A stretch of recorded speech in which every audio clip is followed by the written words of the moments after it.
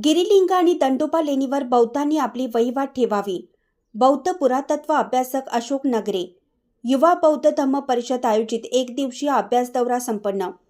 जागतिक महिला दिन, कल्याण मैत्री पौर्णिमा सोहळा, चौदार जलोत्सव आणि प्रियदर्शी सम्राट अशोक जयंती निमित्त युवा बौद्ध धम्म परिषद महाराष्ट्र व कर्नाटक तथा मूर्ती आणि शिल्प संशोधन संस्था छत्रपती संभाजीनगर शाखा कोल्हापूर यांच्या संयुक्त विद्यमाने रविवारी दिनांक 1 मार्च 2026 रोजी सांगली जिल्ह्यातील मिरज तालुक्यातील दुर्लक्षित असलेल्या गिरिलिंग डोंगरी लेणी आणि दंडोबा मंदिर लेणी यांच्या अभ्यास आणि संवर्धनाच्या हेतूने एक दिवसीय दौऱ्याचे आयोजन करण्यात आले. या 39व्या धम्मचारिकेत करवीर, कोल्हापूर शहर, पन्हाळा, हातकणंगले, शिरोळ, निपाणी, मिरज, सांगली शहर इत्यादी भागातून सुमारे 70 उपासक उपासिक सहभागी झाले होते. या अभ्यास दौऱ्याचे प्रमुख मार्गदर्शक आयु अशोक नगरे पुणे हे होते. दौऱ्याची मुख्य सुरुवात 1 मार्च सकाळी 8 वाजता दसरा चौक कोल्हापूर येथून करण्यात आली. गिरिलिंग मंदिर, दंडोबा मंदिर लेणी आणि अभिवादन भूमी आरग येथे अभ्यास भेट देण्यात आली.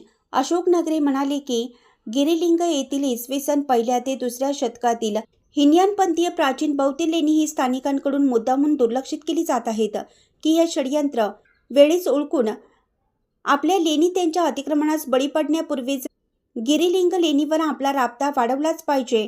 या भागातील लेणी संवर्धन व बौद्ध बांधवांनी एकत्र येऊन आवाज उठवला पाहिजे. अभिवादन भूमी आरग या ठिकाणी विहार समितीचे भूपाल कांबळे, डॉक्टर प्रभाकर कांबळे, शैलेश कांबळे, गौतम कांबळे, सुधीर कांबळे, शिशुपाल कांबळे, शशिकांत कांबळे, अजित कांबळे, महिपाल कांबळे, आकाश कांबळे आदी मान्यवरांकडून स्वागत करण्यात आलं. आयु जयपाल कांबळे यांनी या भूमीची इत्थंभूत माहिती दिली. विहार परिसरातील शिल्पसृष्टीला भेट देऊन डॉक्टर बाबासाहेब आंबेडकर यांच्या अस्थींना सामूहिक अभिवादन करण्यात आलं. या आयोजनाची जबाबदारी डॉक्टर संतोष भोसले, बाबूसाहेब राजहंस, प्रवीण कुमार पालके, अजित कांबळे, अश्विनी कांबळे, पल्लवी कांबळे, डॉक्टर जगन्नाथ बुचडे, रवींद्र माळके, संकेत भोसले, वैशाली कांबळे, अनिल कांबळे आदी मान्यवरांनी सांभाळली. या मोहिमेत अनेक बौद्ध उपासक व उपासिका यांनी सहभाग घेतला होता. मिरजहून मुख्य संपादक प्रशांत कांबळे.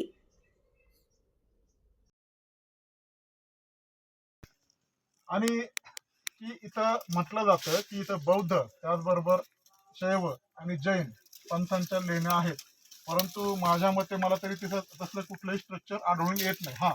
की बौद्ध लेण्यांचं नंतरच्या काळात इथं शैव मंदिरामध्ये रूपांतर केलेलं दिसून येतं, परंतु जैन मंदिरांमध्ये असे म्हणजे किंवा जैन लेण्यांमध्ये याचं रूपांतर केलेलं असे कुठलेही पुरावे दिसून येत नाहीत. पण काय आहे की काउंटर करण्यासाठी ठीक आहे, पहिला एक तर काय हे तुमचं नाही, हे आमचं आहे. जर त्याच्यावर जर जोरात आवाज उठवला तर हे काय फक्त तुमचंच नाही, हे आमचं सुद्धा आहे. आणि हे आणखीन त्याच्यावर जर समजा कोणी काय करणार तर हे तुमचं आणि आमचंच नाही तर इतरांचं पण आहे. तशा प्रकारे ही लेणी जी आहेत ही नंतरच्या काळात काय म्हटलं जातं की बौद्धांची लेणी, नंतर काय ही हिंदू लेणी आहेत आणि नंतर ही जैन लेणी पण आहे. म्हणजे असे 3 प्रकारचे जे मतप्रवाह इथं रुजवलेले आहेत.